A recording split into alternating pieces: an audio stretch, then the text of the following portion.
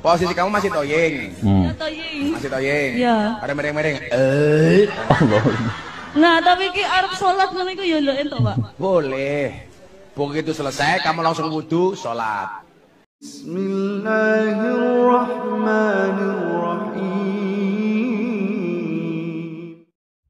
Assalamualaikum warahmatullahi wabarakatuh. Alhamdulillahirabbil alamin. Assalatu wassalamu ala nabiyyina Muhammadin wa ala alihi wa sahbihi ajmain. Amma ba'du. Teman-teman yang dimuliakan oleh Allah Subhanahu wa taala, di video kali ini saya akan membahas yaitu tentang terkait masalah video Gus Miftah ini, yang dimana video Gus Miftah itu ya berfatwa membolehkan orang yang mabuk itu mendirikan sholat.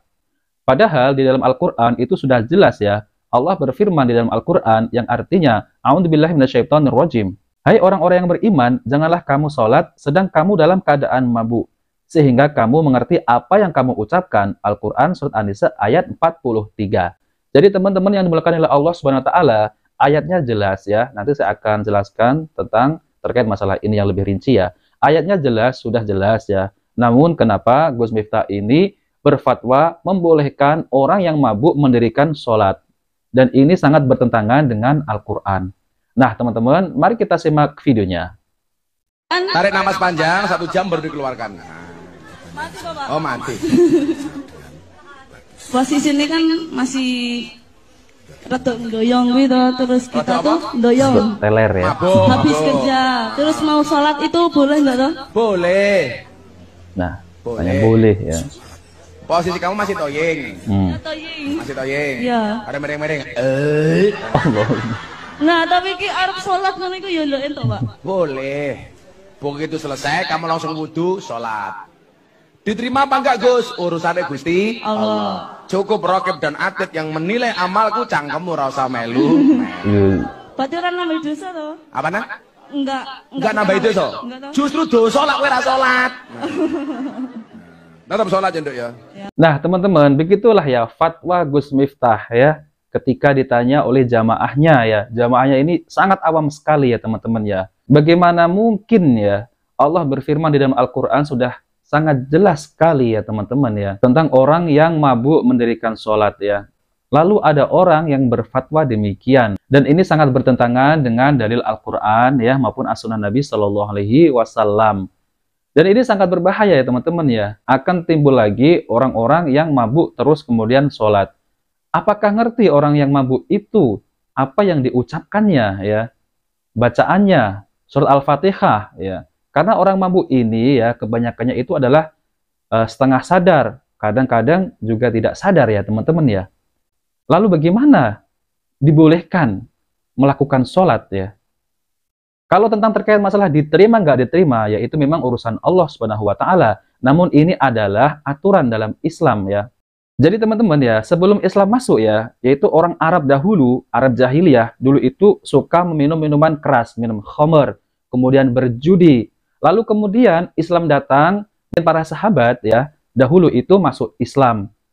Lalu kebiasaan itu dibawa di dalam keadaan sholat, yaitu sholat dalam keadaan mabuk. Dan ini pernah terjadi ya teman-teman di zaman sahabat dulu, di zaman Nabi Shallallahu Alaihi Wasallam, tentang terkait masalah minum khamr ini kemudian sholat. Jadi kan dalam keadaan mabuk. Jadi para sahabat itu dahulu sholat dalam keadaan mabuk.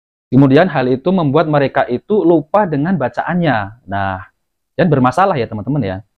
Baik, kemudian turun ayat ini surat An-Nisa ayat 43, jangan kalian mendekati sholat dalam kondisi mabuk. Mulai nih ada aturan yang mengikat. Dulunya mereka sholat dalam kondisi mabuk. Sebelum turunnya ayat ini, sahabat waktu azan sholat. Ada yang jadi imam, mungkin seharusnya sholat 4 rakaat, sholatnya bisa 8 rakaat. Pernah salah satu ustadz di Banjar cerita dia masih di pesantren, dia azan. Tahu-tahu masuk 2 orang mabuk. Qomat kata dia. Ini masih kecil kata dia. Dia qomat jam. Allahu Akbar, Allahu Akbar. Yang mabuk jadi imam. Allahu Akbar, salat duhur bacaannya keras. Dikasih subhanallah, subhanallah. Terus gitu. Alhamdulillah salatnya masih 4 rakaat. Assalamualaikum. Jamaah yang sehat tadi itu sholat duhur kata dia. Seharusnya bacaannya nggak keras kata dia. Loh, sholat Jumat kok keras bacaannya. Ini orang mabuk masih separuh sadar dia Pak. Dia ngomong sholat Jumat kok bacaannya keras. Allah larang. Mulai orang yang berakal sudah memikirkan. Sekarang pengaruh khamar itu berapa jam?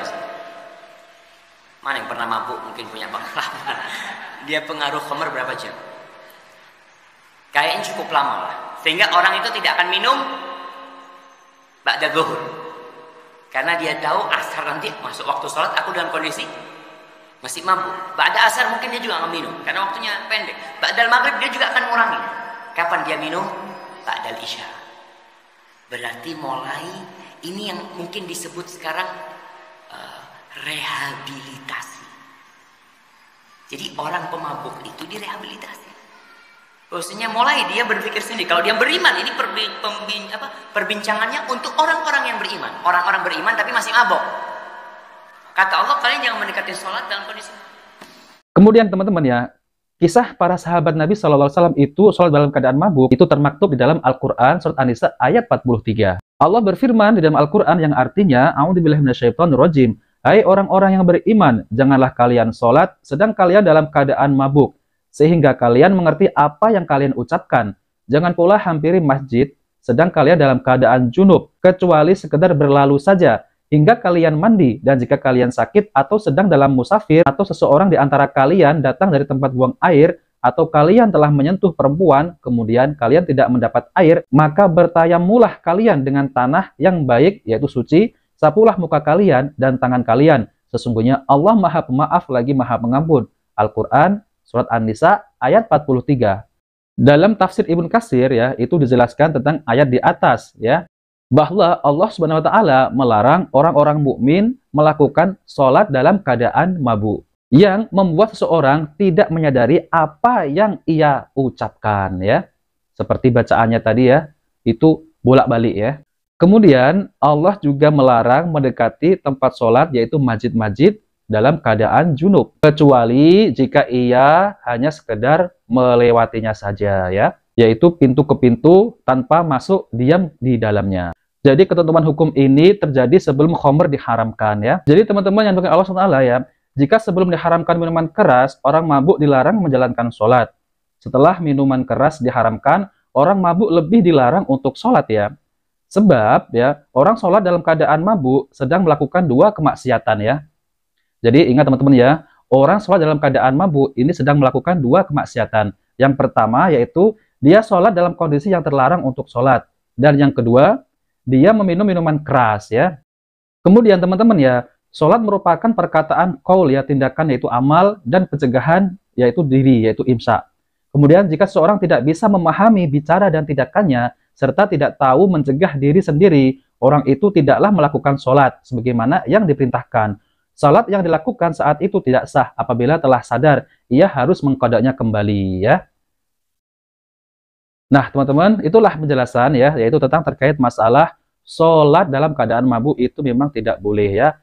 Nah maka dari itu teman-teman ya, harus sadar dulu ya, baru menjalankan sholat ya. Kalau belum sadar nanti mengkodoknya. Nah itulah penjelasan yang ringkas ini ya teman-teman. Nah, jika video ini bermanfaat, jangan lupa like dan subscribe di channel Cahaya Hidayah. Wabillahi taufiq wal hidayah. Wassalamualaikum warahmatullahi wabarakatuh.